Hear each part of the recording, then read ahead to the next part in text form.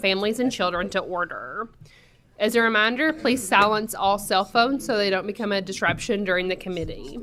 Secretary, please call the roll.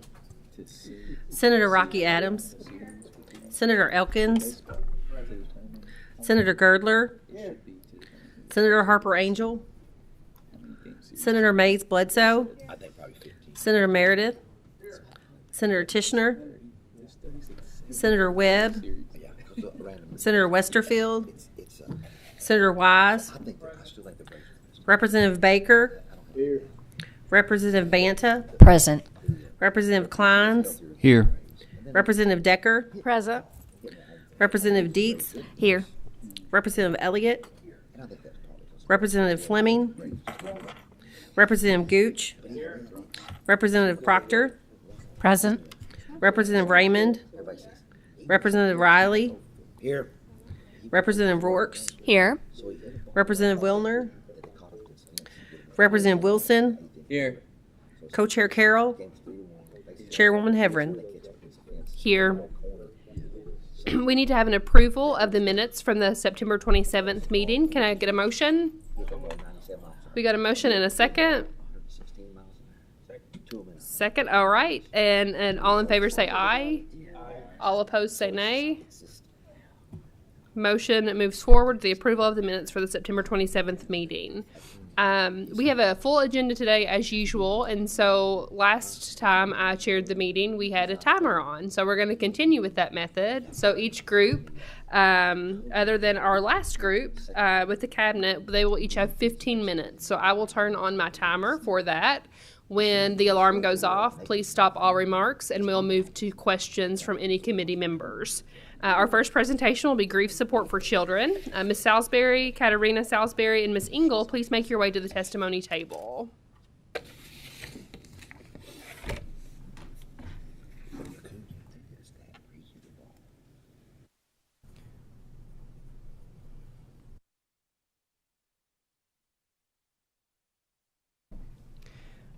Whenever you get settled, please introduce yourselves for the record, and you can start with your presentation. I do ask to make sure that your microphone is on. If you hit the push button, a green light will pop open, or will pop on to be green, and you'll know the microphone's on. I'm Leela Salisbury, Executive Director of the Kentucky Center for Grieving Children and Families. I'm Katarina Salisbury, and I'm a senior at Lafayette High School. Destiny Engel, District Mental Health Specialist at Leestown Middle School. Please proceed. All right. I'm grateful to be here before you today to serve as a voice for the children of Kentucky who've experienced death losses. I'm also here to be an advocate for the services that would make their grief journeys healthier and a little bit easier. I'm also grateful to be here as the mother of this twice bereaved child sitting next to me, who you will also get to hear from today. Childhood bereavement and its long-term effects is a public health crisis for Kentucky's children. More than 11% of our children lose parent or sibling by the age of 18, and that does not count deaths of kin carers or peers. That means that on average, 2 to 3 students in every classroom from Pikeville to Paducah are struggling with death loss. Outside of a handful of schools, there are no teachers or student support staff in those buildings who've been specifically trained on how to support these children in order to improve their educational or behavioral health outcomes. We're all too familiar with the scourge of opioids and substance use in Kentucky. What you may not know is how widely these overdose-related deaths impact our children and teens. We may also think that this is only a rural issue. New data, however, shows us that overdose deaths of parents are now equal or even greater in urban areas versus rural. More mothers are dying from overdose, and studies show that children who lose mothers fare worse. The younger a child is at the time of a parent death, the worse their long-term outcomes. Left unsupported, many of these bereaved children and teens will become our next generation of Kentuckians struggling with addiction. One survey of individuals entering a treatment program found that 72% of them reported a death loss as the reason for their substance use. Juvenile justice is another major expensive and unwanted outcome for bereaved children. A study from 2017 showed that 90% of juveniles reported a significant death loss that had occurred in the 12 months prior to their detention. Youth of color also experience loss at an earlier age and a greater frequency than their counterparts. Nearly 20% of bereaved students experience negative educational outcomes. Following a death loss, bereaved children often show responses and risk-taking behaviors that lead to lower educational aspirations and later achievements. This translates to lower rates of workforce readiness and lower overall lifetime incomes. Thankfully, there is some good news in all of this. The Kentucky Center for Grieving Children and Families was founded in 2020 when Kentucky was one of the last 4 states in the nation not to have an organization focused on grief support for children and teens. We're an active member of the National Alliance for Children's Grief, and we adhere to best practice standards for the care of bereaved children. Grief care for kids is not a new concept. It's just newer to Kentucky. We offer or are in the process of launching school-based facilitated grief support groups with parental permission in Fayette, Franklin, Madison, Scott, Owsley, and Pike. We have a community-based support group here in Lexington and a statewide online peer-led grief support group for teens. We're also in the middle of a pilot with a young adult version of peer grief support group this fall with UK Athletics football program. Our services are always free for families, but grief support is not billable. Thankfully, funding for this work is beginning to gain a little bit of traction. In August, we completed a GEAR-funded 2-year proof of concept pilot with Fayette County Public Schools. We have recently received funding from the Kentucky Opioid Abatement Advisory Commission, the Kentucky Association of Health Plans, the New York Life Foundation, and the Steele Reese Foundation to begin some geographic expansion of these services. But we need more comprehensive trainings, toolkits, education, and infrastructure around grief support for children of all ages for all of Kentucky. We've begun trainings with early childhood educators, school districts, educational co-ops, and community-based partners. But there's a lot more to do with training and working with those in prevention, suicide support, foster care, addiction services, and our juvenile justice system. We need your help in forming these critical service partnerships. This is especially important for rural communities where mental health practitioners and services are scarce or far away. We can build grief support for children at the community level, but we need to get started.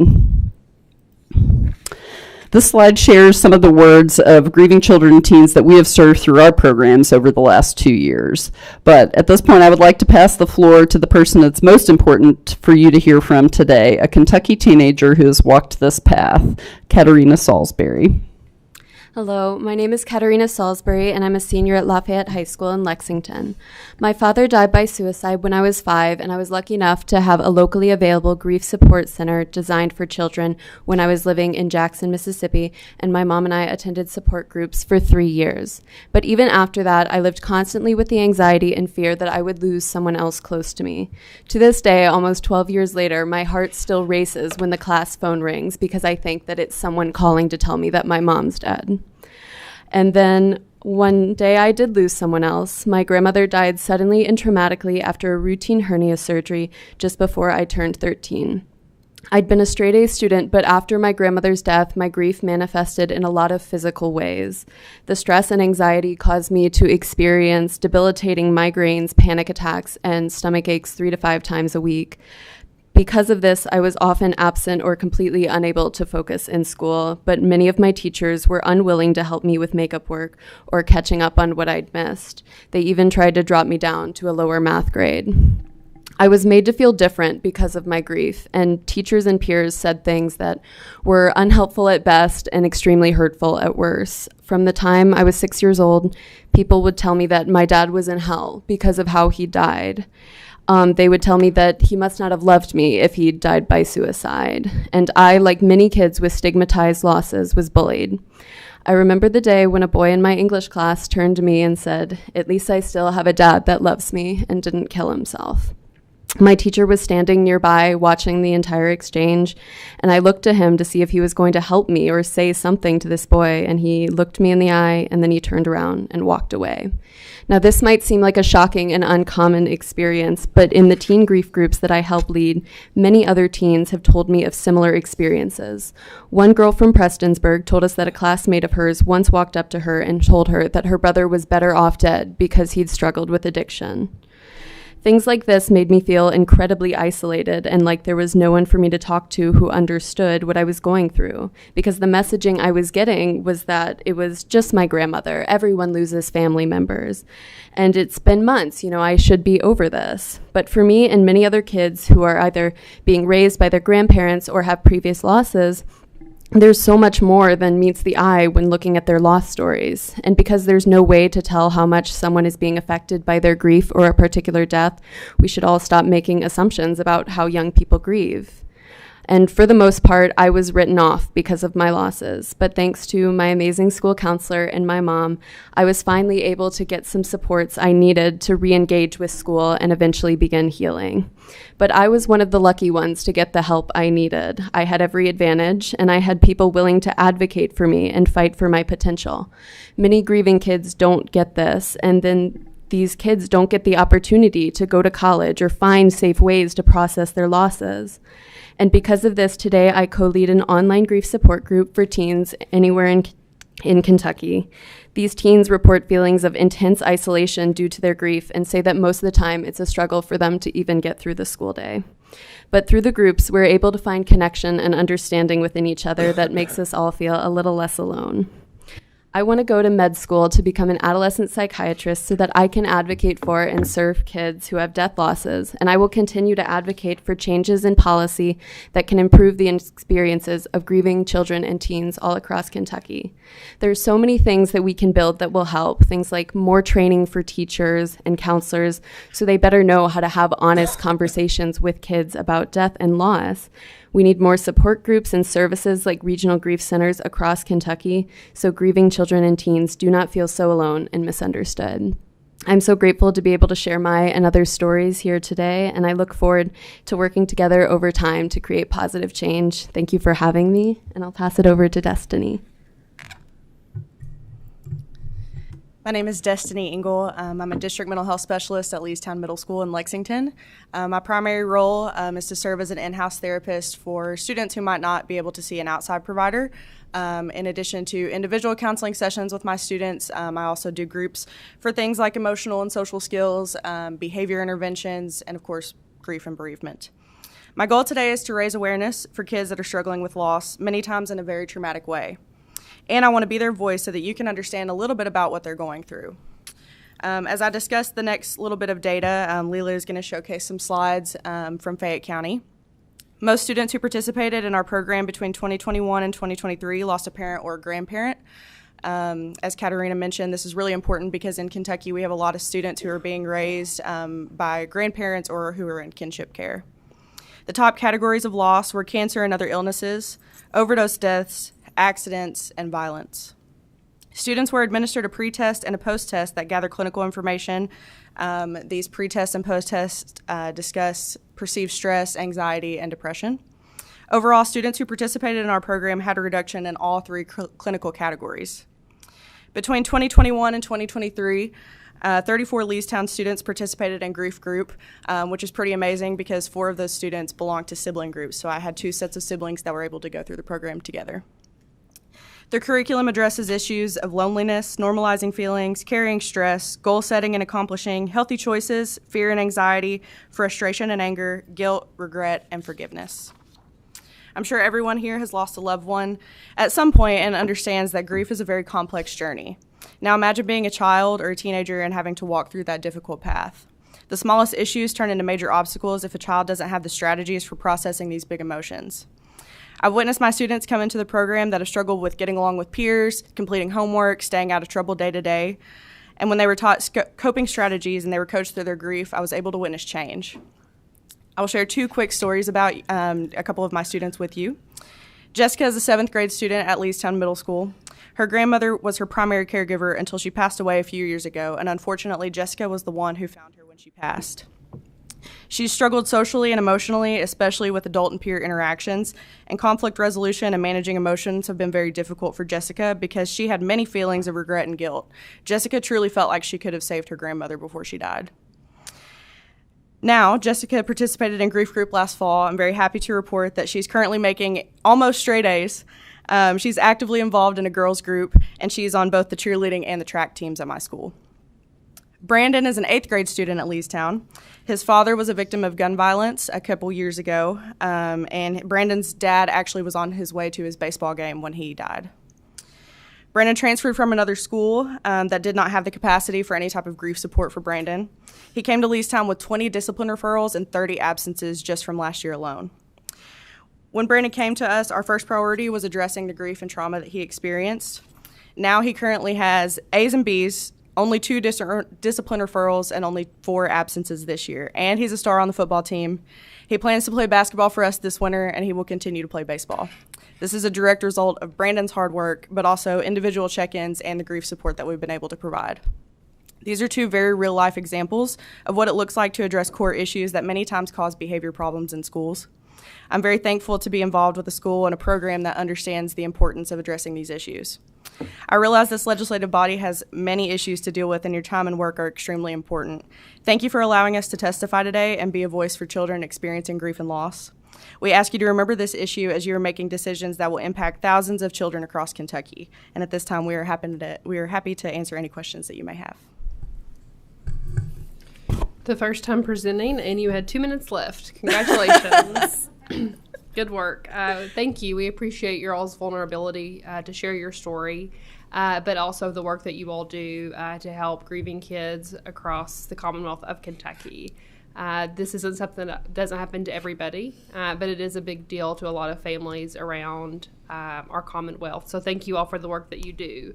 Do we have any committee questions? Okay, Representative Rourks. Thank you, Chair. I just wanted to say thank you to Katarina for sharing her story. And also, I mean, it really reminds me a lot of some of my teenage advocacy days, too, impacted around the loss of a family member or loved one, and turning that into striving for policy change and speaking up for those who don't always have a seat at the table. So just wanted to say thank you so much for, again, your vulnerability, for sharing your story. And it's so important for folks to feel that connection.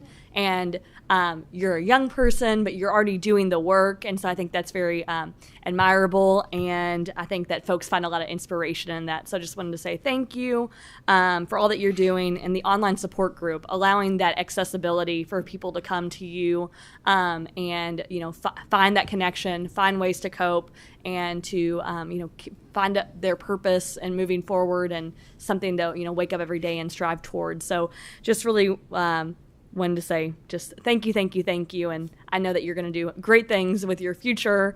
And this is just the beginning. So just amazing. Yeah. Oh, thank you so much. And I mean, you mentioned advocacy. That's like one of the main reasons I'm here today. Grieving kids need advocates, and especially grieving teens. You know, I've said this before, but grieving teens are no treat to be around. If you've ever met one, I myself was one of those teens. But, you know, they really do need your help and your support, and you're just willing to advocate and fight for their potential. So thank you all, and thank you for your comments. Senator Julie Rocky Adams. Thank you, Madam Chair, and thank you very much for your testimony. I agree. It's hard to speak in front of a new group, and you did a wonderful job. Do you all work with the public school districts to put any kind of resources in libraries to help kids with grief? And I don't know what's available. My kids went to Catholic school, and I always know in their libraries they would have an extensive selection on books about grief and how to handle grief. I didn't know if we did that in the public school system. Through the GEAR grant, and actually Destiny probably worked with her library. You can speak to what you all built there. There was, we wrote into the GEAR funding that came through the state through the Frisks, exactly this kind of support. Yes, we were able to get resources for our library, and the thing that I really loved about that, it also allowed us to purchase things, like I have a lot of games and stuff, mindfulness exercises, little Jenga games that we can use in our library or in my office for individual and group sessions as well. But yes, we do have resources in our library. I would love to get that in every library and every public school. That's great, because, you know, it's just, you know, a lot of times before you can express yourself, you have to kind of understand what you're feeling. And so books are so important in that respect. And so thank you again for what you do. Thank you. And our last question will go to Senator Mays Bledsoe. Thank you, Chair, and thank you all so much for your testimony. Katerina, as a fellow Lafayette General and someone who lost a parent at an early age, no question, you're an amazing young woman. Thank you. I'll have to stop right there. And I just have a question for Destiny. So the part of the Fayette County Public School pilot was funded by grants, right? So you're looking now to expand that program, continue it with other grant funds that may be available or other allocation from the state. Leela? Dustin looks at me. Thankfully, this funding from the Opioid Abatement Commission will give us another 18 months of funding, so three semesters that we'll be able to continue within FCPS and expand to Madison and Scott within that program.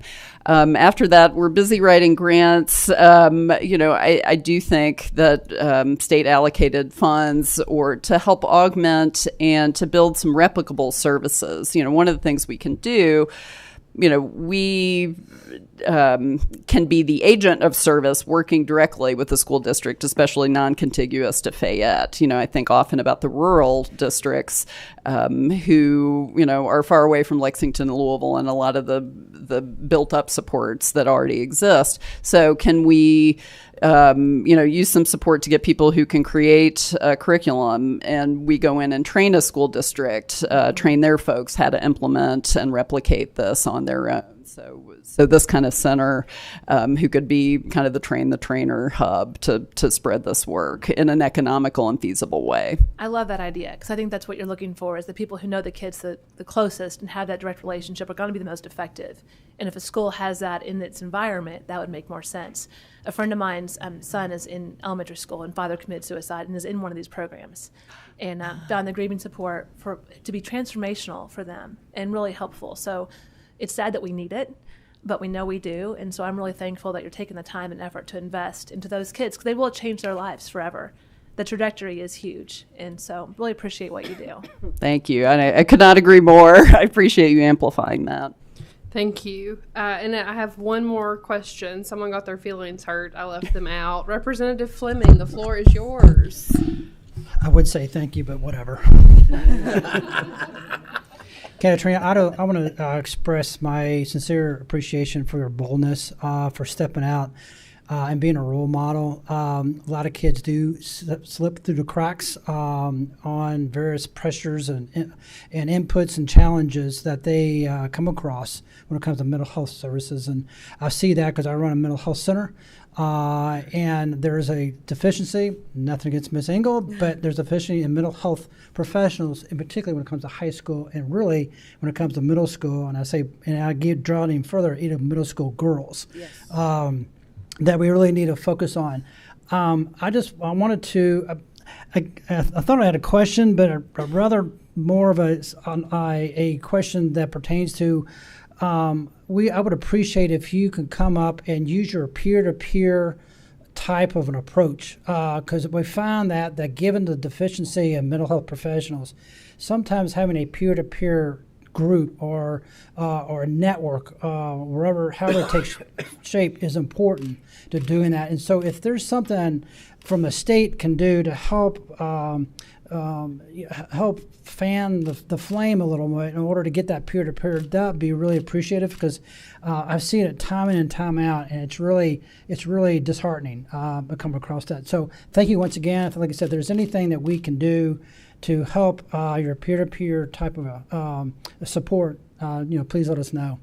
Yes, so I'll speak a little bit about it, but so we currently have about 3 teens that are trained on this curriculum, and it is peer-to-peer grief support. So we have, a clinician and an adult supervisor there for the safety and protection of the kids, but it's mainly, teen-led, teen-run, and it's really just that chance for us to get to know other people going through similar experiences. And thankfully, because it is on Zoom, we do work hard to make it accessible. And we've, in the past few pilots that we've done, have had kids from all over the state. And so I'll let Mom talk a bit about what we would need to spread that even more. Yeah. And for the school-based work we've done through the GEAR, we trained Destiny and her cohort, but at the heart of that really is this peer led group. There is a facilitator in there, but the bigger purpose is to build a cohort of kids who can recognize somebody in the hall. Oh, there's somebody I can go to when I need support and I'm struggling, because we've sat in this room together for 11 weeks and shared our stories and talked about our common challenges. So I completely agree with you, especially with grief support. Kids are often more open to the peer aspect. I'm like their mom. They don't want to hear from me. She and their other friends are the person they would rather hear from. So I do think there are things that we can build to replicate across districts that do work with that peer model, because I agree that can be really effective and transformative. And just a follow-up. So if there is an issue... I give you permission to ask a follow-up, Thank Representative you. Fleming. I'm ignoring you. So no, I'm just teasing, Madam Chair. So is there an opportunity or an outlet to, if you find there might be a situation that, if I'm in that peer group, that I can elevate to the next level to a professional in order to help that person out, because it might be getting too complex or too involved? There is an outlet for that? Yes, and actually this is exactly the role Destiny does for our groups. What can you explain what that looks like? Yeah. So I sit in on the groups, and we go through the curriculum. I always do a check-in with the students that have been in my groups, and if something has come up that they've been particularly triggered by, I can do an individual session with them. Typically, I spend about 30 minutes with the students that I see individually that belong in the grief group, but also are school-wide. My school has almost 1,000 students. There's just one of me. So yes, if a student is triggered by something, they need a higher level of care, I'm able to provide that. And if it gets to the point where I'm not able to provide direct services that may be out of my scope of care, I can refer them out to any type of facility, any type of outside agency that would be willing to take on their case. And to piggyback on that, and I think something that will tie into what you look at, the one of the functions of why we do these pre and post assessments, you saw the data, partly it's to measure efficacy of the program. Part of what the pre-test does, it's also, in a lot of ways, these are standardized mental health screening tools that we're using. I would say in the first year of the SCPS pilot, probably 5% of the students in group triggered a safety assessment based on how they were answering these.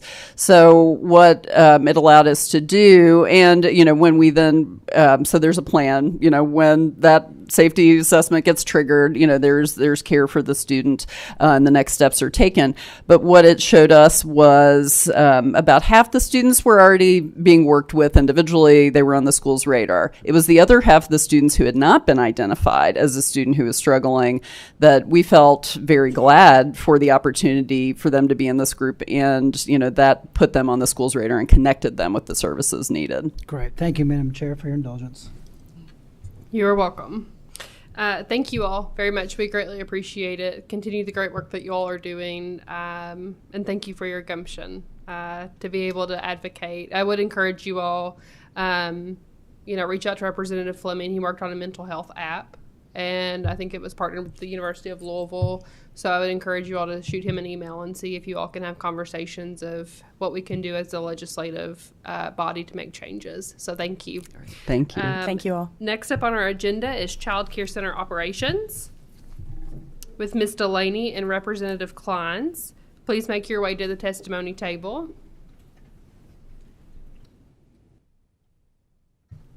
Please make sure to introduce yourself for the record, and you can get started. Of course, make sure that the microphone is on and you will see the green light.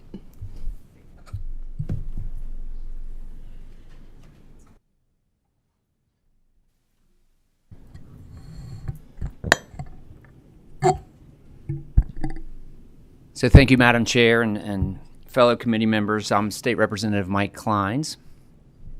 And my name is Elizabeth Delaney. So, throughout the interim, we've listened to how child care is in a crisis. And from my experience in education, crisis equals change. And Elizabeth is here today to talk a little bit about how we might be able to implement some change. Good afternoon. Thank you, Madam Chair, for having me today. My name again is Elizabeth Delaney, and I am the owner and director of Borrowed Babies Daycare. And I'm here today to shed some light to the challenges that new child care centers are currently faced with throughout the state of Kentucky. The Division of Child Care reports that there's 140 fewer child care centers since 2019. Averaging 76 children per center, that's a total of 10,640 less enrollment opportunities for children every day throughout the state. I'm here to discuss the immediate needs of keeping existing child care centers open, the immediate needs of helping to provide financial relief to new centers that were excluded from grant funding, and also to discuss the immediate needs of increasing the enrollment in existing centers long-term to avoid a crisis.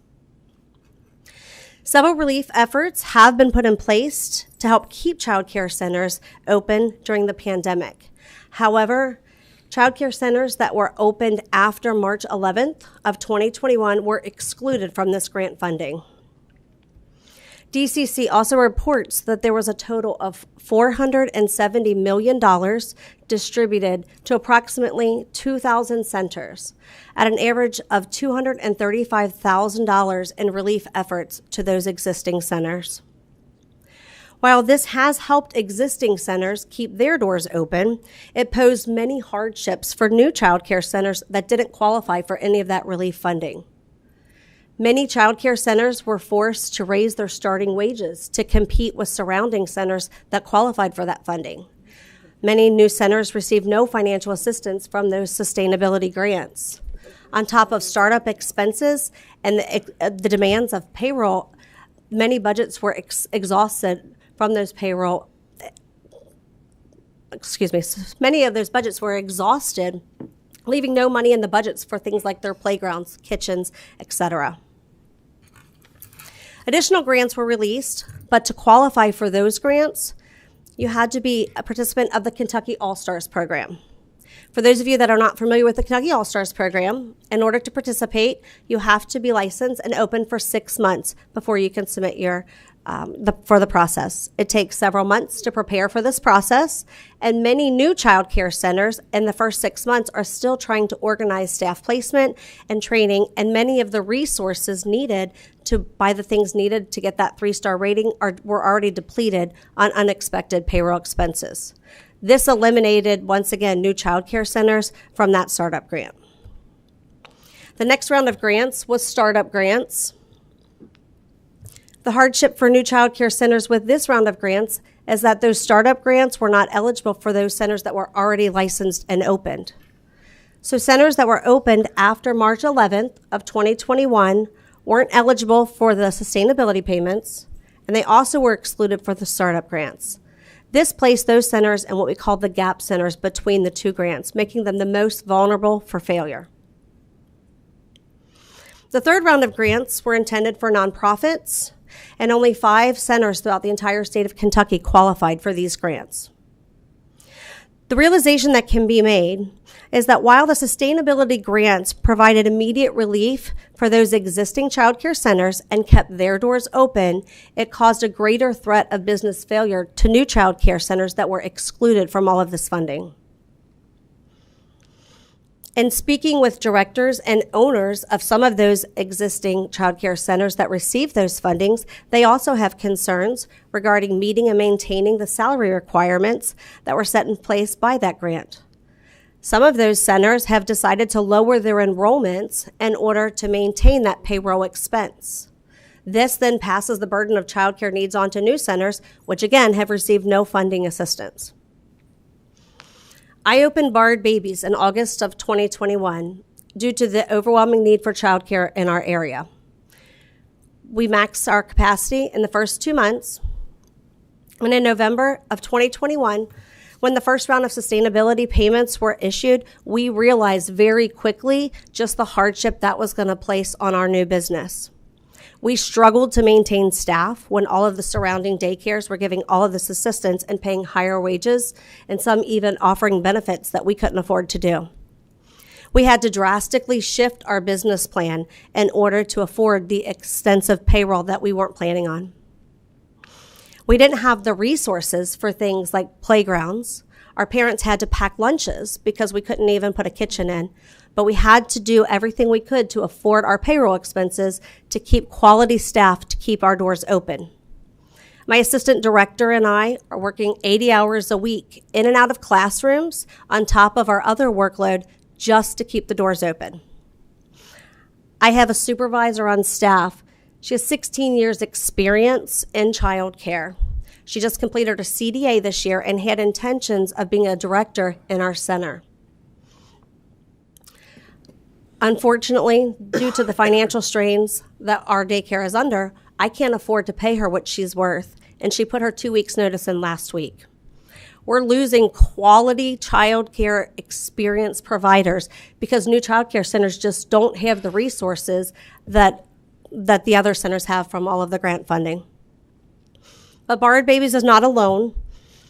I've reached out to many centers on social media, and I can share with you some of these stories from the centers that are in very similar situations. I have spoke with dozens of directors in the same situation. Jennifer from Western Kentucky says on this slide, I was the lead infant room teacher.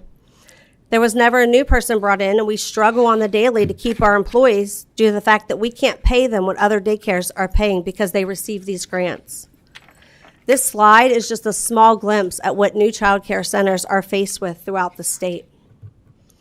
So the concern is this: if new child care centers are being forced to close and existing child care centers are lowering their enrollments, we're right back where we started 2 years ago with the crisis in enrollment opportunities.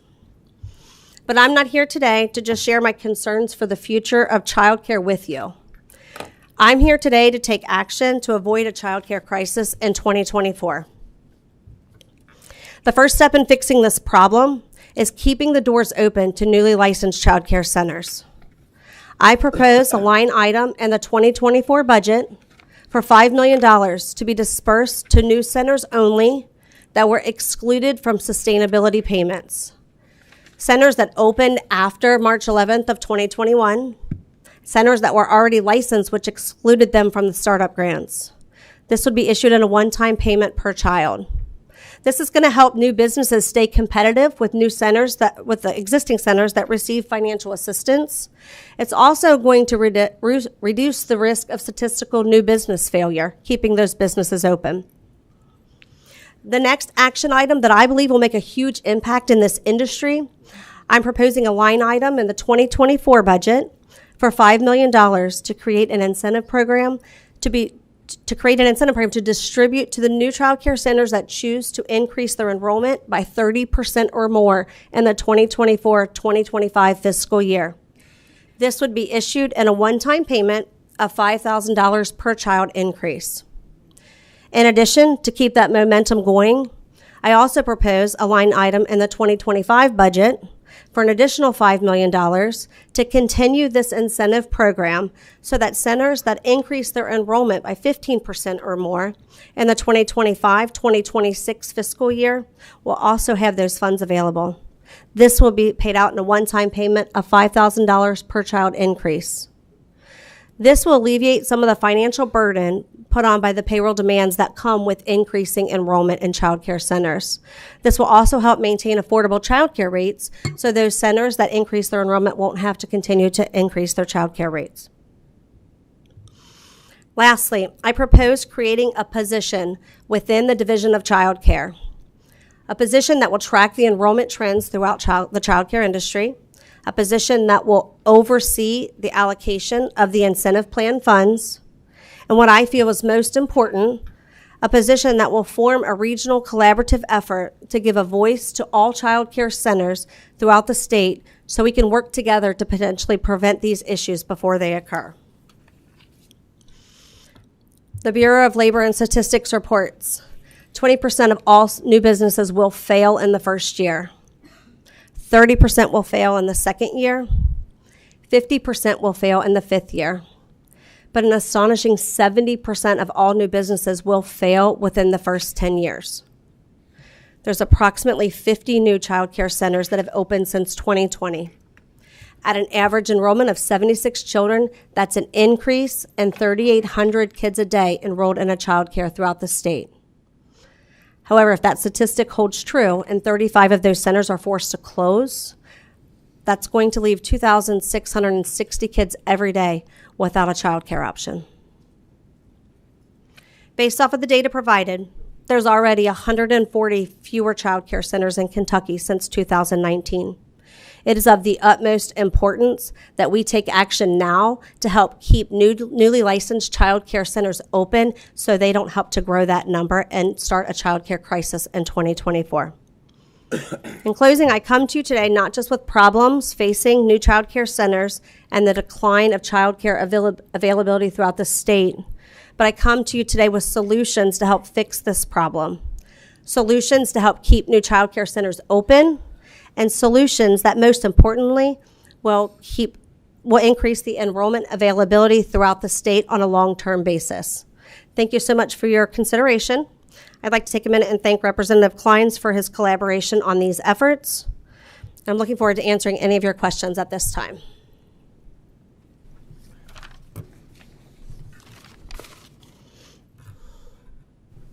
Co-Chair Carroll.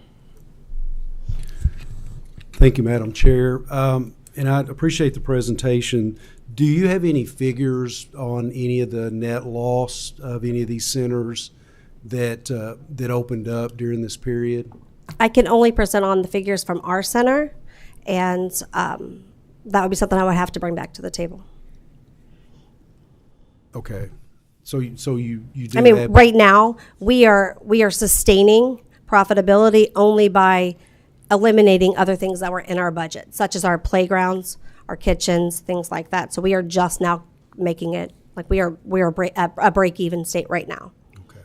So if we were to continue the sustainability payments and these centers were brought into that, most of them would likely survive at that point? Absolutely. Okay. Any funding at this point will help these centers stay open. The main issue is when we're in a community where there are 7 child care centers within a 2-mile radius.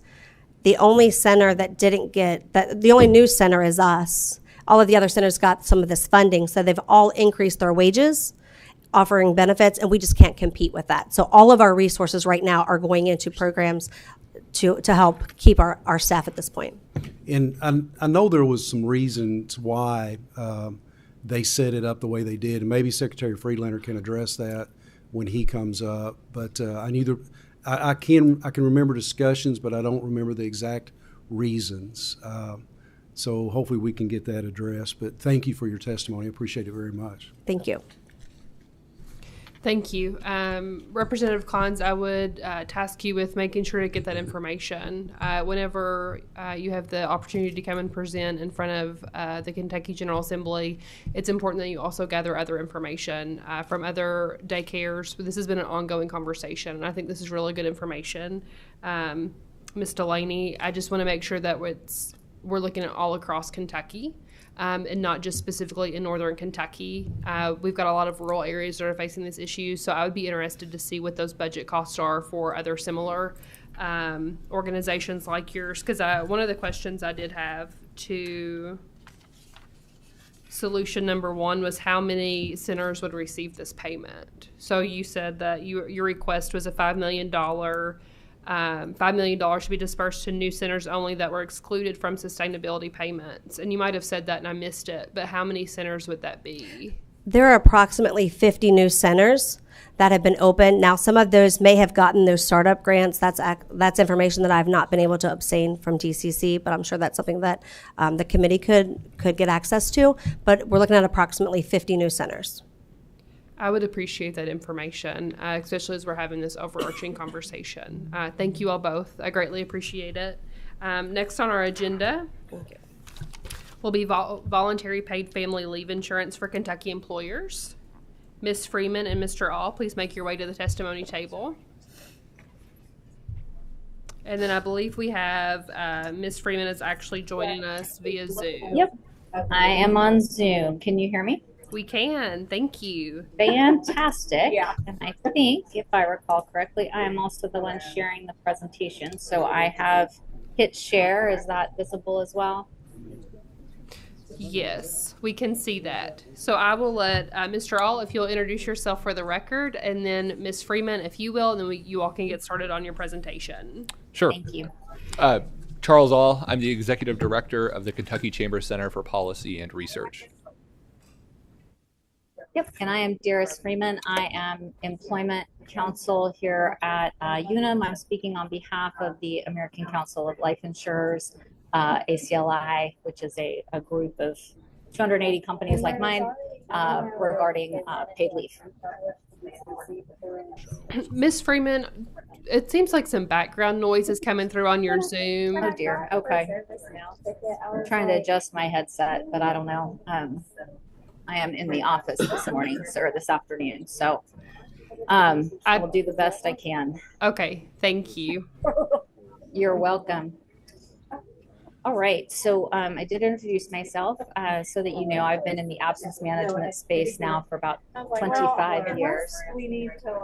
And since 2017 have really focused in the paid leave space since New York passed their law. I do understand. Miss Freeman, I'm so sorry. Yeah. You've got a laugher in your office, it sounds like, or maybe a loud talker that's coming through.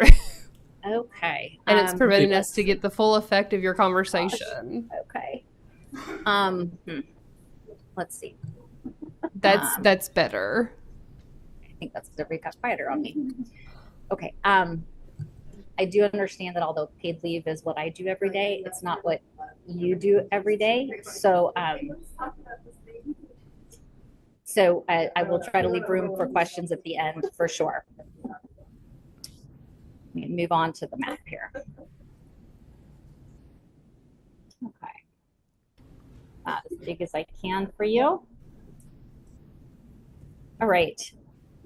Just to lay some groundwork, in today's space across the country, employers can obviously provide benefits to their employees for medical reasons through disability insurance products that employers can purchase anywhere across the country from insurance providers like myself and all my peers in the industry. But in addition to that, states are looking to provide paid family leave as well. And so what has happened is we have kind of a patchwork of things that have happened across the country. This map represents the different models that have been adopted. So green states, and you can see there's kind of a legend here on the side, but green is where states have mandated paid medical and family leave. And there's 14 of those across the country today. And basically, employers and employees must participate in those programs, contributing from their wages in order to collect benefits if they have a qualifying event. There's no opt-out if they have other insurance or other benefits available to them. It is a mandatory program. We also have those, some are currently active in green, some are currently being implemented in blue, but those are all 14 total. We then have a couple of states that have what we call a voluntary or a hybrid program where state employees have a mandated benefit, but private employers can buy in if they want. It's voluntary for them. They don't have to participate, but it gives them an option if they want a program for the family insurance for their employees. We then have the newest model taking place, what you see in the purple and probably what will pass next year in the blue, which is called the INCOIL model. INCOIL stands for the National Council of Insurance Legislators. Now you know why we abbreviate it to INCOIL. But that is language that is added to states' insurance law that allows insurance companies to create insurance products that cover family reasons, the same kind of models that would be used to create disability products when employees have a medical disability. Employers can buy products for family reasons as well. So that's what we're seeing more and more of is this INCOIL model, because it allows insurers to create products, creates a option for employers. So switch slides here. There we go. So what this does, like I said, it allows regulators to recognize family leave as a type of insurance product.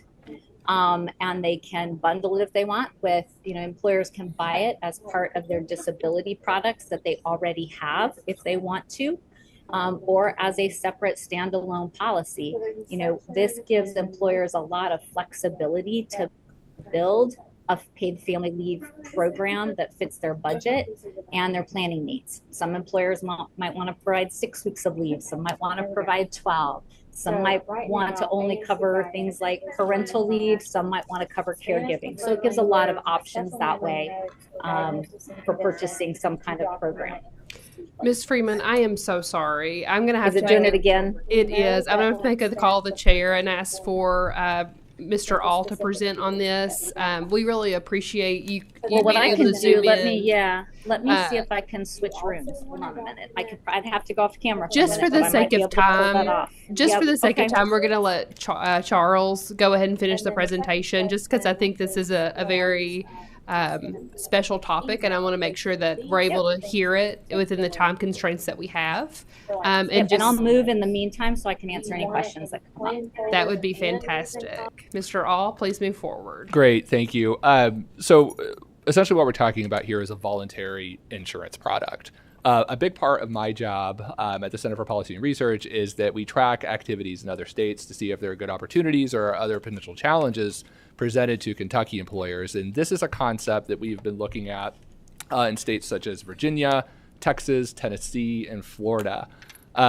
It's a relatively new public policy concept. It's also a relatively new form of insurance. But in a nutshell, what we're talking about is a voluntary insurance product that an employer can purchase in order to essentially finance paid leave income replacement for individuals who have a qualifying event, so such as the birth of a child, adoption, the arrival of a child, care for a dependent, those types of things.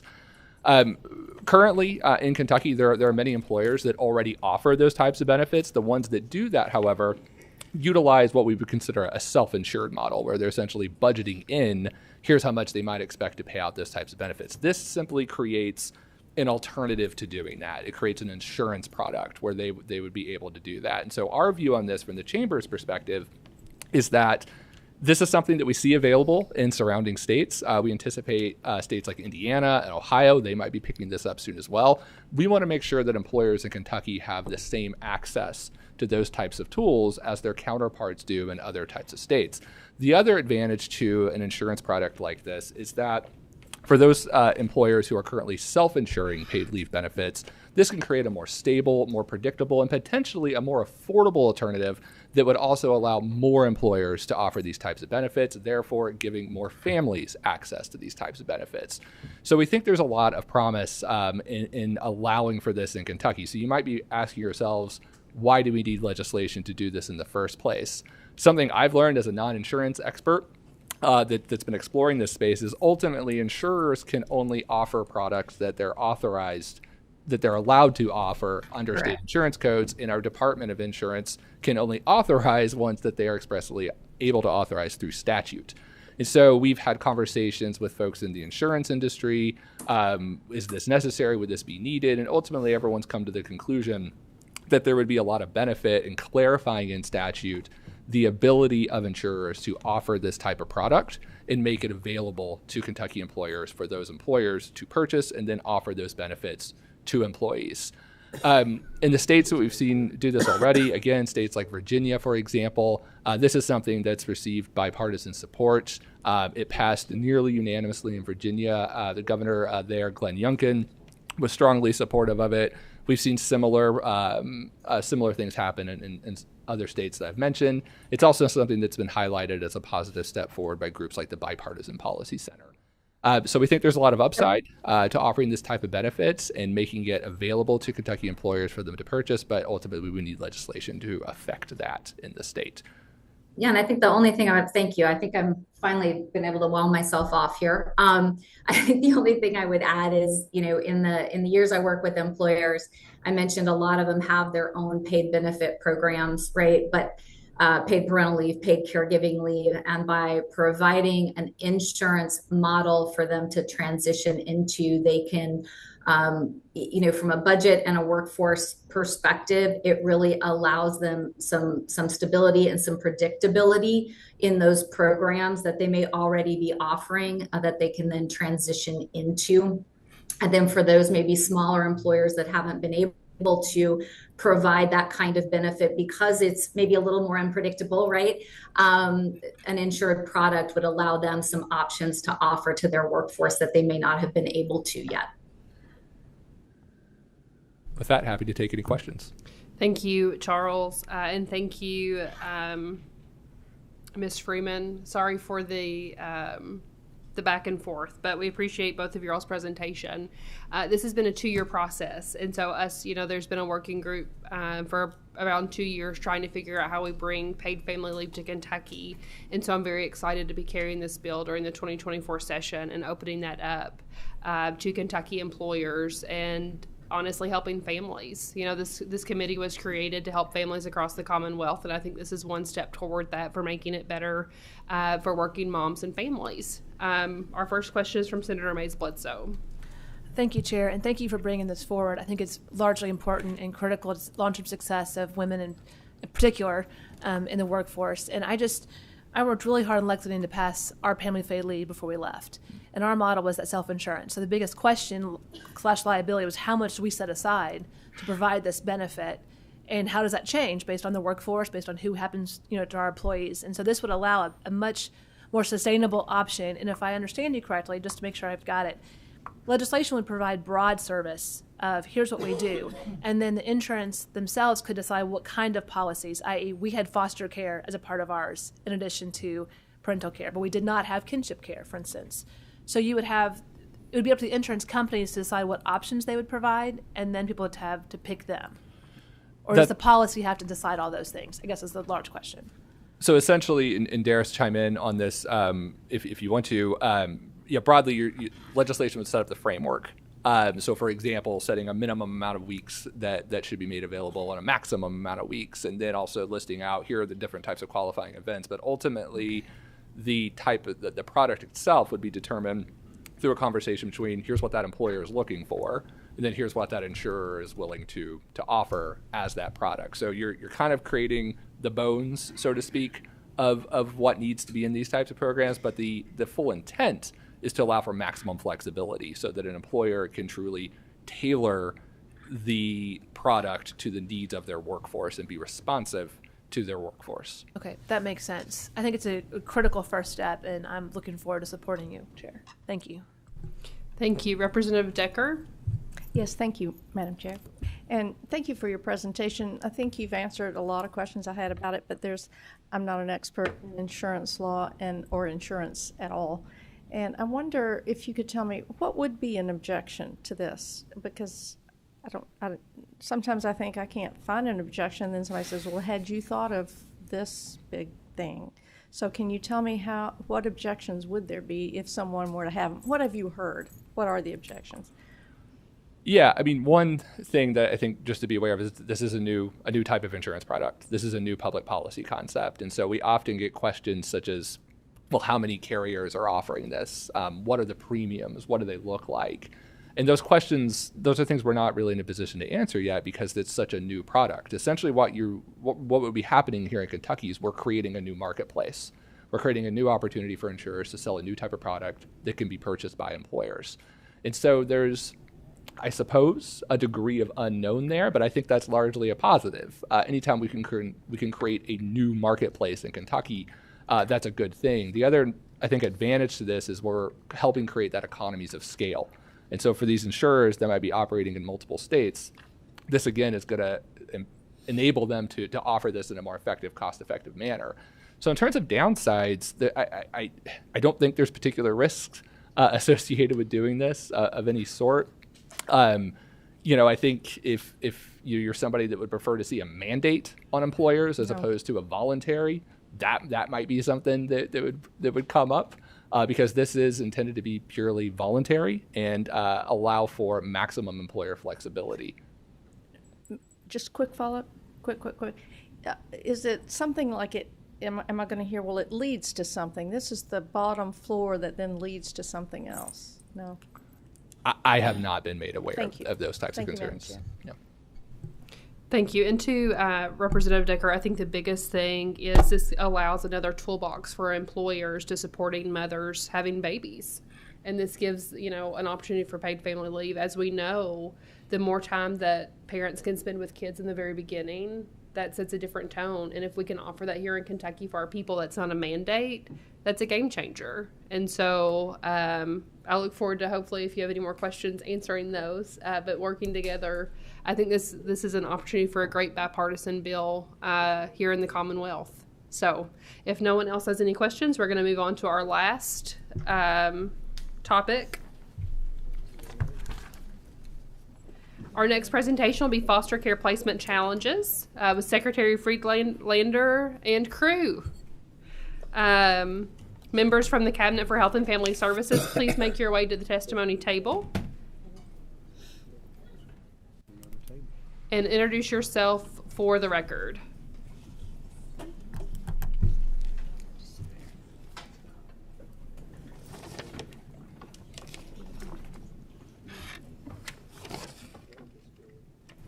With everyone in person, it seems like we're going to have a lot of great information given to us over this. So we greatly appreciate it because I think we'll all have lots of questions. I'm sure you will. I'm Eric Friedlander, Secretary of the Cabinet for Health and Family Services. Good afternoon. Lisa Dennis, Commissioner for the Department for Community-Based Services. Katie Marks, Commissioner for the Department for Behavioral Health, Developmental, and Intellectual Disabilities. Lisa Lee, Commissioner, Department for Medicaid Services. Good afternoon, Kelly Pullen. I'm the Executive Director of the SKY program at Aetna Better Health of Kentucky. I did bring the whole crew, but I think we'll hopefully be able to answer some questions. To begin, I think last time we were here talked about a potential RFP for high acuity youth that we felt very confident somebody was going to respond to, and we were going to be able to start to begin the discussion on what we can do to set up some units for high acuity youth, because we've had youth who've been turned down from many of our providers. I'm disappointed to tell you that we got no responses, zero. And I've expressed that in public. I've expressed that in private. And I believe that there are now individual organizations that have stepped forward to enter into deeper discussions about this. But I have to tell you, I'm disappointed. I really thought somebody was going to respond, and had worked hard to make sure somebody or some group was going to respond. So I can't say anything other than that. I think the challenge, and if I can articulate it, really has to do with, as we've discussed. Yeah, Secretary Friedlander, can I just really quick, I'm going to put a pin right here. Yeah.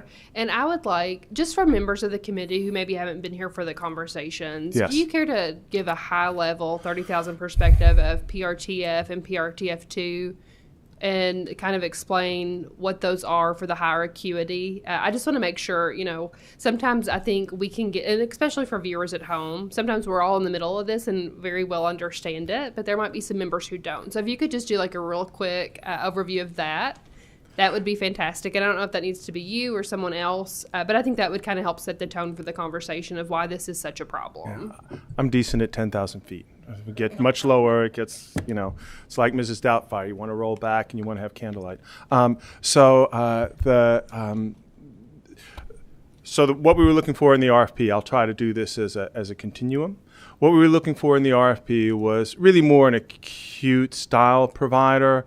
We were primarily looking to our hospitals, but it was open to anybody that wanted to come in and offer these services to really specific sets of youth who are difficult to place, either developmental intellectual disabilities, children with on the autism spectrum disorder, those who are sexually reactive, those who are aggressive with staff. Anytime a child would be in a facility and actually injured a staff person, that is like the scarlet letter. It is very difficult to get them placed. So we were looking for some smaller units where we basically said, we'll work out whatever we need to pay you, because it doesn't feel like it's 20 kids, maybe 24, somewhere in there. We don't think it's a big number of kids, and actually through Aetna and through DCBS, we've kind of been making that offer on a one-by-one basis. But then the provider said, "I'm going too long. I'm sorry." So that's what we were going for. And then there's kind of you don't have a timer. This was the timer-free zone. Oh, okay. Thank you. I don't know if that's scary or good. A little scary. So we were really looking for small units, right? With kind of more hospital style based. Psychiatric residential treatment facilities. There's Psychiatric Residential Treatment Facility 1 and 2. Dr. Brenzel is back here and will probably cringe a little bit when I do this quick. But think of them as like one step down from an acute hospital. And it's a very slight step. And over the years, the way PRTF, Psychiatric Residential Treatment Facility, the way that category was developed was it was supposed to be small, home-like, in community, really no restraints allowed. And so that grew over time. We now actually have fewer PRTFs than we have had, some by the Cabinet's action, some not. And then there's PRTF2, which is slightly higher level of care, can exist kind of adjacent or around a hospital, and also can be secure. So you'll hear this later on. So Lisa, I don't mean to steal your thunder, but we've increased the rates. That's how far I go. Then within Children's Residential Services. So these are the providers that you all know about: Children's Home of Northern Kentucky, Maryhurst, Home of the Innocents. Those kinds of folks that you hear.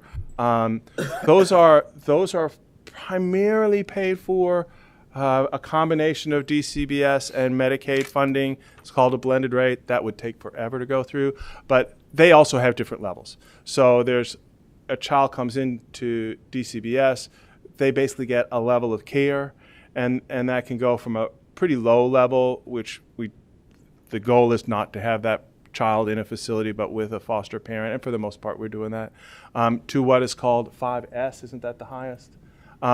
Where it really, the differentiation between acute, PRTF2, and 5S is really murky.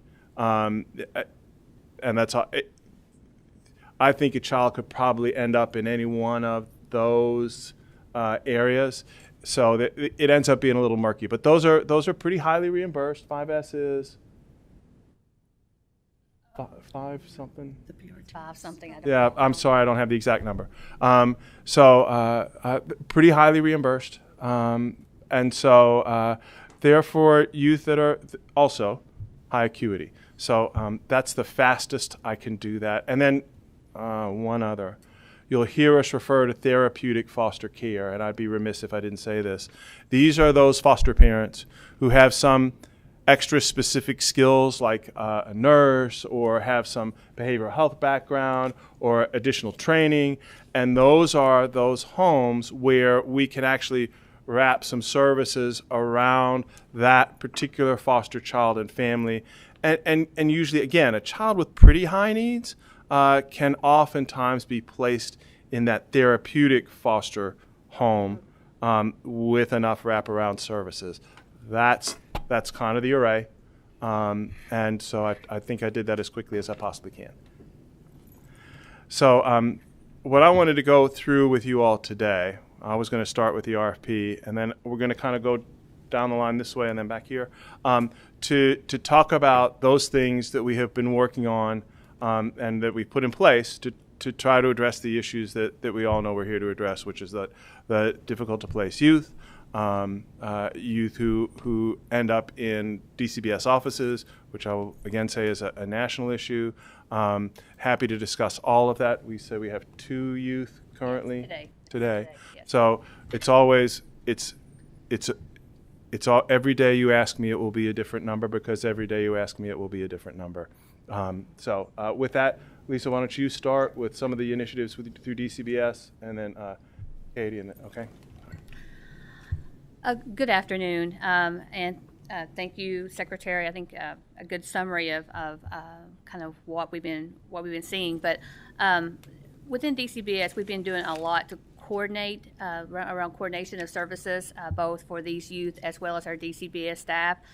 We recognized early on that this was a multidisciplinary team approach. So with that, we have created a central office statewide high acuity coordinator who convenes daily morning meetings. So every morning at 8:15, there's a meeting that occurs to discuss these youth that are in non-traditional placements in a DCBS office or other alternative setting, or children that are at risk of being in a non-traditional placement. So again, at 8:15 every day, we're having those calls, and typically there's 25 or some more members participating in those calls. Again, a multidisciplinary team approach, including, of course, DCBS, Behavioral Health, Department of Medicaid, Department of Public Health, a Department of Aging and Independent Living, as well as Department of Juvenile Justice, and Aetna, our Aetna Sky, our MCO partners, as well as others. So we convene daily with efforts to identify opportunities for placement and treatment for these youth. And while we have not been able to eliminate non-traditional placements through these morning meetings, I do think that the team here would agree to that multidisciplinary team approach. We have prevented a number of children entering non-traditional placements and or decreased their stay in a non-traditional placement, again, with that approach. In addition to that, we also recognize that our staff at the local and regional level needed additional support around our difficult to place children. So we created a high acuity specialist in each of our 9 service regions. And those high acuity specialists are, again, in daily contact with agencies and providers, giving updated information on youth in non-traditional placements or at risk of being in non-traditional placements, and asking for reconsiderations, putting plans in place, creating opportunities to find placement and treatment for these youth. And then DCBS also in that coordination piece, we have a contract with Children's Review Program, which is part of New Vista Community Mental Health Center, and the Children's Review Program assists us with managing all of the referrals for children who need a higher level of care outside of a DCBS foster home. So therapeutic foster home, residential, PRTF, all those different levels of care, they help us coordinate and manage those referrals. And so in our working relationship with them, we also recognize the need for a dedicated focus on those referrals for children that are difficult to place and high acuity needs. So we have partnered with them to create an additional position there as well. And all of these added positions and supports are working diligently with DCBS to coordinate services with all providers for our difficult to place youth with no identified placement options, and also a focus on preventing other youth from entering non-traditional placements. And then we've also worked with our providers and community partners to expand capacity, identify where there's barriers, and to expand capacity. DCBS has met with residential providers. We've had 2 statewide in-person convenings with all providers in the last 10 months to talk about barriers and challenges and opportunities to serve this population differently. From that, we have convened additional work groups with our provider community, looking in our partners here at the table with us, looking at opportunities to address some of the gaps within the system. And then we've also asked and have received proposals from some of our providers and we're working with them on those currently to address the needs of our difficult to place children. And then DCBS has requested proposals from providers who hold a youth emergency shelter license to reimburse for up to 12 shelter beds across multiple providers, even in beds not occupied, to allow staffing and availability of beds for emergency use. So basically, we have sent out a proposal to our providers who hold that emergency shelter license, asking them to partner with us in a different way. And again, we are looking for, across multiple providers, up to 12 beds in which we would pay for that bed, even if a youth is not in it.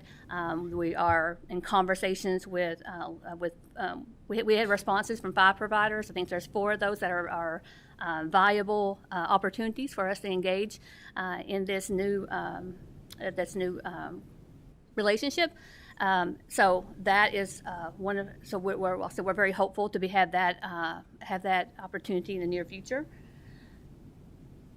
And then we've also been working very closely with DJJ because we know enhancing our opportunity for communication and collaboration, because a number of these youth have both DCBS and juvenile justice involvement. So we've really partnering with them across both of those systems.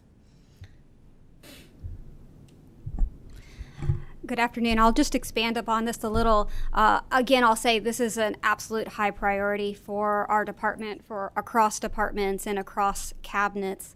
I bucket our strategies that since we last met with you into 4 different types, and you heard about a few of them: coordination, building community partner capacity, reimbursement rates, and technical assistance. And so I'll focus primarily on the first 2, but in the coordination space, I just want to again emphasize our role as the Department for Behavioral Health, Developmental, and Intellectual Disabilities. We are on these calls every morning. We expedite assessments every time there's an opportunity. We create service pathways if there are any barriers, and I know Dr. Brenzel will speak to some of those processes that he's able to facilitate. In the community partner space, we took lead on writing with our partners this RFP. And again, we're so disappointed by the response. But our follow-up to that has been, as I've begun my new tenure as the commissioner, is to show up at every community mental health center CEO's office and talk about this one-on-one, to walk through their crisis stabilization units, to talk about any available beds they have. And we have created some productive conversations and very promising strategies as a result of showing up at people's doors and forcing this conversation. And people are responsive in this environment of dialogue that kind of goes beyond what's on a piece of paper. I'm going to take a moment of privilege here as the chair and ask, you know, it's been said 2 or 3 times you're very disappointed the RFP was rejected. Why was the RFP rejected?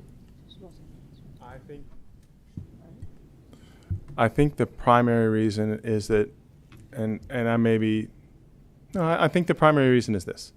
We had what we called within the RFP what is a no eject, no reject policy, meaning if we referred a kid to you, you were going to take the kid. I think you've expressed some of that. So we put that in the RFP, and I think folks got very nervous about, you're going to ask us to take a kid that is outside of our scope of practice, outside of a scope of our expertise. And of course, had they come to the table, we would have been able to walk through that. But I think that's primarily the reason that folks were reluctant to apply. And so, would that be? Yeah, I think that's a fair statement. I think that's the primary reason. So one of the, we all hear stuff, right, here in Frankfort. Yeah. That's not new for anyone. So one of the concerns that was expressed to me with the RFP on the other side, and this was just through conversation, no one really specifically, but there was a lot of concern with the clinical director, I guess Dr. Brenzel, having the overarching, I want to say, decision making on people rather than the doctor in the facility. Could you talk a little bit more about that? Sure, and I guess I portray that as a shared decision making, but I can understand where they're coming from. Okay, but that's part of the no eject, no reject, right? That is a part of, where the hope was that we would be working with a facility, we'd be working with their medical director, and we wouldn't send them a kid that they couldn't take care of. But I'm sure that got interpreted like the least trustworthy way possible. It sounds not Yeah. good. Yeah. And I think it's very difficult as we're, I appreciate the open conversation, and I'm going to step back and let you all finish. The overarching concern I continue to hear, we're all saying things, and I know it's partnerships and it's a lot, but we've got 24 kids not being taken care of. Yeah. Like, that's a riot. This is not good. And so where are those kids? Where are the kids? Are they out of state? How many people have been applying for licenses with this? And we'll have a more framed conversation, but just listening to it of, why is a bureaucrat in Frankfurt making the decision of somebody that's not in a facility? Why is that part of the RFP? So I do have a lot of concerns with this, so please know that as we go into it. but I do, I think RFPs have multiple discussions, and the other party's not here, so I don't want to just throw them under the bus and say they're the bad guys. I think it takes two to tango, and this is one of those decisions. And so at the end of the day, whether an RFP is accepted or not, we still have kids not in placements. We've got kids sleeping on floors, and we've got 12 people of your cabinet here trying to, make a show of how many people can talk today. So I just think it's a very big, it's frustrating. And so I think when you say the RFP, everyone's disappointed or you wouldn't be here today. So let's keep that in mind as we have this conversation. I take a moment of privilege to interrupt you, so I apologize, but please continue on. Oh yeah, and so that board composition that we described in the RFP had representation from our medical director and Department for Behavioral Health, DCBS medical director, representation from DJJ. It was meant to be, it was weighted more towards a decision for the cabinet, but had representation from the hospital that would apply as well. The challenge we face is that they're currently not accepting these kids, and so if we did not create a mechanism, we felt in the RFP, that would allow us to have that dialogue, we weren't going to move the conversation forward. But what we found is that when we're also sitting one-on-one, we can piecemeal this together. So a very concrete example, we met with River Valley Community Mental Health Center. They're in the Owensboro region, and they have an acute psychiatric hospital that does not have all of its beds filled on a regular basis. And so rather than having a discussion broadly about no eject, reject, we said, what population can you serve of those that we need to place? And so we are in active negotiations around how we could possibly buy 4 beds, for example, for autistic youth. And so that's the process we're taking, is now finding the settings that are right for a subset of kids rather than that broader strategy. Same conversations with University of Kentucky and New Vista, and looking at the properties that that we own as a state with 7 county services. We walked through their crisis stabilization unit personally the week before last, and how can we buy some of those subsets of beds so that we can get this together. Dr. Brenzel, is there anything you would like to add before we move forward? I just wanted to comment. There was no... Introduce yourself. Alan Brenzel, the medical director from the Department of Behavioral Health in Commissioner Marks' office. And I just want to comment that there was nothing in the RFP that gave me the authority to determine who was placed in these hospitals. As the commissioner mentioned, there was a committee structure with 3 physicians from the cabinet, as well as representatives from the facility. I think it was a minimum of 2 and us having 3. But I am a provider. I worked and managed inpatient facilities. They do have a responsibility to create a safe and therapeutic milieu. They have a responsibility to keep their staff safe. They have a responsibility to remain accredited through Joint Commission or other accreditation. And there was never an intent that we would take away their ability to maintain a safe and therapeutic milieu. But we just needed to have a clinical group to discuss the child's youth, figure out whether that facility could and should, and what would it take for them to manage. And my disappointment is at the bidders conference, there was not a single facility that showed up to actually question that composition of that committee or to discuss their concern over no eject, no reject. Not a single provider took the opportunity to discuss the intent of the admission process.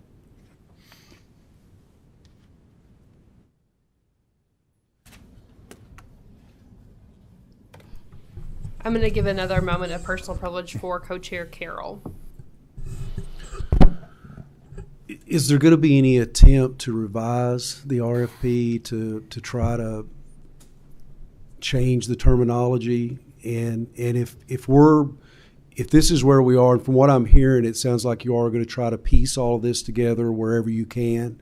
And we talked about this, and we talked about at some point, if we keep running into walls, we're going to have to look at a state facility. So is it time to have that conversation? Is it time to start reviewing state assets on what we might have available, cost, all of that stuff? I really don't want to answer yes to that question. I've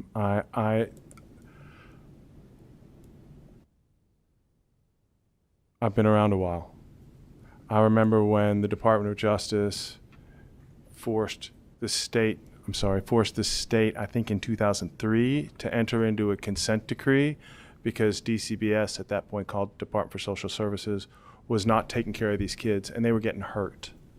And so the Department of Juvenile Justice was created by that consent decree. And it was created because we, CHFS, DCBS at that point, were not considered to be, right, running facilities correctly. And while that consent decree was in place and the funding was going to DJJ, it was all great. When the consent decree went away, it's what happens to facilities. We start to fund them a little less and a little less and a little less, and then they end up not being the quality that we need for the folks we're trying to place. So I don't want to say yes, but if we can't figure out some way for these kids to get placed, I don't know what else we're going to be able to do. That's just as straight as I can be. I guess as a state, and I've been here 9 years now, I guess, and, some of these facilities sure don't mind taking state dollars. And the one time we asked for help for a population of kids that are in dire need of assistance right now, nobody steps up. Maybe we should remember that the next time there are some budget requests. And I hate to be harsh like that, but these are kids, and these facilities, that's what their existence is all about. And there's no reason that one of these facilities can't step up and get something worked out with the state. And I think there is some ability to be flexible from the state's perspective in rates in other areas. But this is crisis, beyond crisis at this point. And I don't know how many of you all know about the struggles with DJJ and one young lady specifically that was in a cell naked, laying in feces because there was no other place for that young woman to be. That's where we are. And of all the facilities in this state, no one's willing to step up to help these kids. That's disappointing. And that's something I'm not going to forget. I want to make that very clear.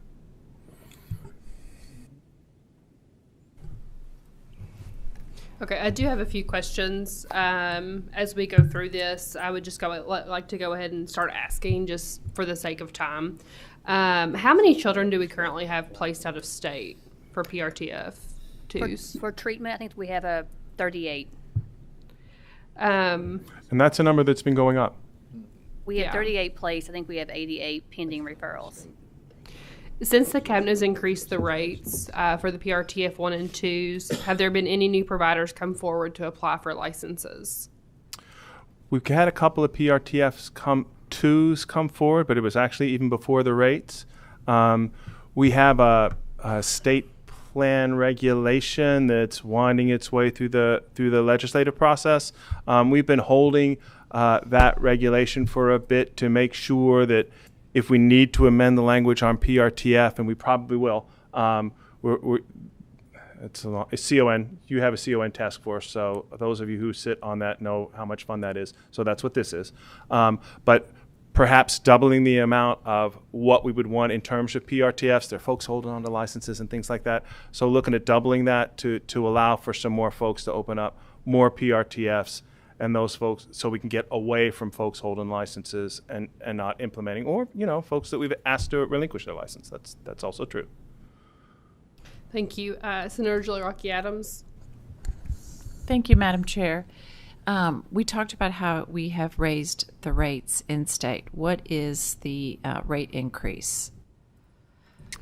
So our PRTF rates increased October 1st of this year. Our PRTF level 1 rate was previously $274 per day per child. It is now $500 per day per child. Our level 2 rates were a tiered structure, and they ranged from $345 per day to $405 per day. Now that level 2 is $600 per day, and that is a flat fee. We don't have the tiers anymore. We think that this will be a little bit better for the providers to just develop that individualized plan of care for a child rather than trying to bucket them into one of those tiers. Previously, those rates were increased by 2.2 2.22% each biennium. In our new regulation, we are increasing those rates each year by the Medicare Economic Index, which is just a factor to increase those rates based on market standards. And we anticipate, we have looked, and the projected MEI, or Medicare Economic Increase for 2024, appears to be about 4.5%. Thank you. And I see that, may I ask one more question? Yes. I see that Aetna is at the table also. Does Aetna ever refuse to pay for any services? No, we do not. I do want to make clear, and I know the secretary mentioned, the system is complex. We do not reimburse providers for residential care or QRTP or therapeutic foster care. We do reimburse for PRTF, and we reimburse for acute inpatient, and we are reimbursing for out-of-state placements. And we have executed since 2021 a little over 80 different single case agreements with enhanced rates to provide additional support and care for these acute children. We have seen the trend of children being placed out of state increase over the last probably 6 months. And we reimburse at a much higher rate, right? For a child to go out of state, our average per diem rate for that is right at about $1,200 for a member, but a day. But I also want to point out, so in-state is $600 a day, and we're paying for out-of-state at $1,200 a day. But when a kid goes to an out-of-state placement, their supports and services and the structure of that treatment is very different. So if we're sending a kid out of state, it's primarily, right, that our continuum of care in the state of Kentucky is lacking, right, a specialty. So for example, we have children diagnosed with autism spectrum disorders or low IQ. We have out-of-state providers that have a very tailored model for that treatment, including specialized schools, and we do see that their rates for that program are much higher than our per diem rates for a PRTF that are in-state. So it's not necessarily apples to apples with what the providers out of state are providing versus what we see our providers having the capacity to render for treatment in-state. And I think I would add, too, we do have some providers within the state who provide a care for those specialized populations, and we are paying similar rates to out-of-state for those providers that Kelly just mentioned. Again, the capacity is not there to serve them all, though, in-state.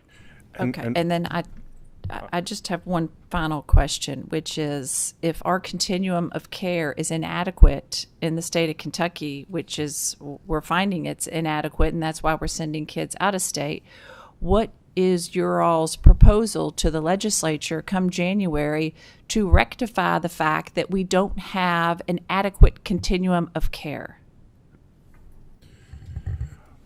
We're building it. We're trying to build it by working with individual providers because we've said we will pay what it takes.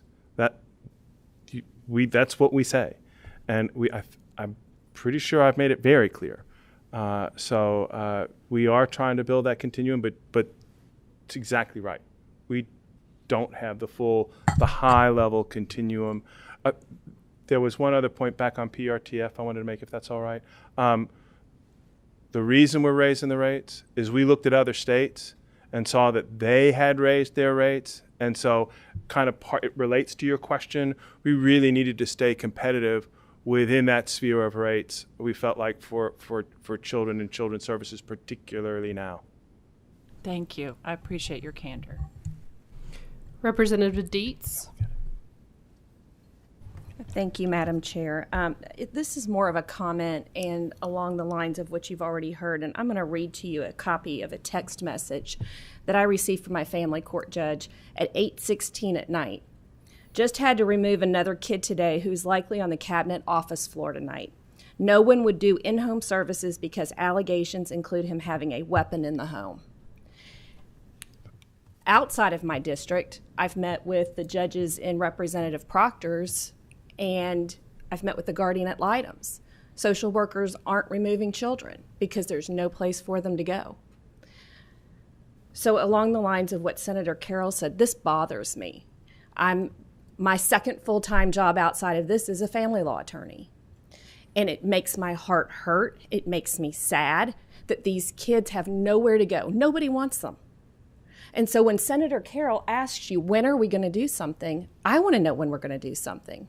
I don't pretend to have the answers. I'm 1 year into this.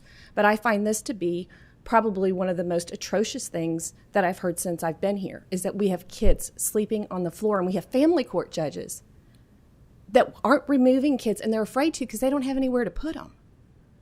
So how do we start? We are starting. And as I said, this is also a national problem. But I will say this, for Kentucky, we're not just up here trying to talk, right? We have done things. We have taken actions. We know we prevented kids from going into non-traditional placement. We know that, but we still have it. And when we have folks who will not accept kids into their programs, it's another point, and I'll come back.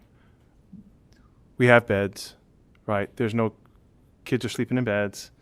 You know, we try to make it as nice as we possibly can. We're not building anything, but they're not sleeping on desks. We have staff there who are looking, but that's an incredible strain on staff, right? It is an incredible strain on staff. And we've had a couple of incidents, not many, 2 or 3, but where, again, these are the most difficult kids. And the fact that we've just had a couple is terrible, but real. So we are trying different things.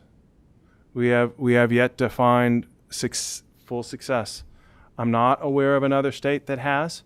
We stay in contact with them to see if somebody's figured their way out of this. And we will continue to work until we do. Aetna has brought, if I may, you all know I'm not one who defends MCOs very often, but Aetna has brought additional providers to Kentucky. They've looked at their network and brought folks to us to help with some of the wraparound service on therapeutic foster care. We're trying a lot of different things. I don't know if you want to speak to any of that. Sure. Thank you all. We are working with a provider that is coming into the Kentucky network to provide intensive in-home services. And this provider is equipped with evidence-based practices in their toolkit, as well as a full continuum of psychiatric care, peer support services. Their capacity initially when they get up and running is going to be 200 kids. We are giving all of that capacity to our members that are in Sky, and in particular are looking at areas that are underserved with in-home services. So our northeastern region is going to be targeted, and likely our northern Kentucky area also targeted for that program. I also wanted to highlight, in addition to working right with out-of-state providers who may have some capacity and interest coming into the state, we have had a few providers of ours in Kentucky that have been interested in having conversations, these one-off conversations that the Secretary has mentioned, to step up to the plate and be brave and put together a proposal to serve these kids. We're working, we finalized one that is actively using a group home model serving children diagnosed with autism spectrum disorders. And we're working with an acute hospital right now waiting for their proposal, where they also want to target some of these children that we call children with special placement and treatment needs. And we're working with one other residential QRT provider who did come to the table and say they're interested. And I will say there's been full collaboration from the cabinet and those particular providers to put forth a model and have conversations about rates. The other piece from a provider perspective that's really important for us to keep in mind too is the workforce shortage, right? We can offer as much money as possible, right, for these providers to serve our children, but if they don't have the workforce in these residential centers, it makes it very difficult, right, for them to staff the kids at that 1-to-1 ratio that they may need. So we're having active conversations. Aetna's very lucky that we can use some of our resources and relationships at a national level to see what's working in other states and try to bring that here, because I do think that the answer lies with building capacity in our state.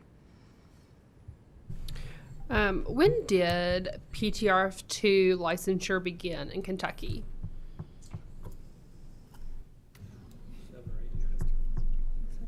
8 years ago, 7 years ago? 7, 8 years. 7 or 8 years ago. We can get you that exact date. Sorry, I'll be guessing. So I think my point with that question is this isn't, and let me be clear, this isn't a political, I've been very angry about this since I've learned about it. And, and once I got this chairmanship and we started having more conversations, this is no different than my August meeting at the state fair when we had this conversation. Turned a little differently. It was more about the Children's Alliance and why aren't they accepting kids.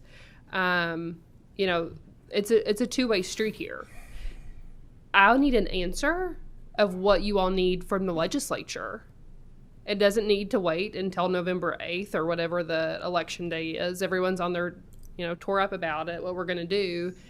It doesn't matter who wins an election. We've got a problem to solve. And so what we need to be doing is working together to figure that out. It's almost November, and we convene for session January 2nd, the first Tuesday. We've got to come up with a plan. This isn't like we'll just figure it out and come up with some legislation. Like, we need a plan. So we need to start having these conversations to figure out how we fix this, because every single person in this committee should be upset. These kids don't have parents that choose them. So we are their caretakers.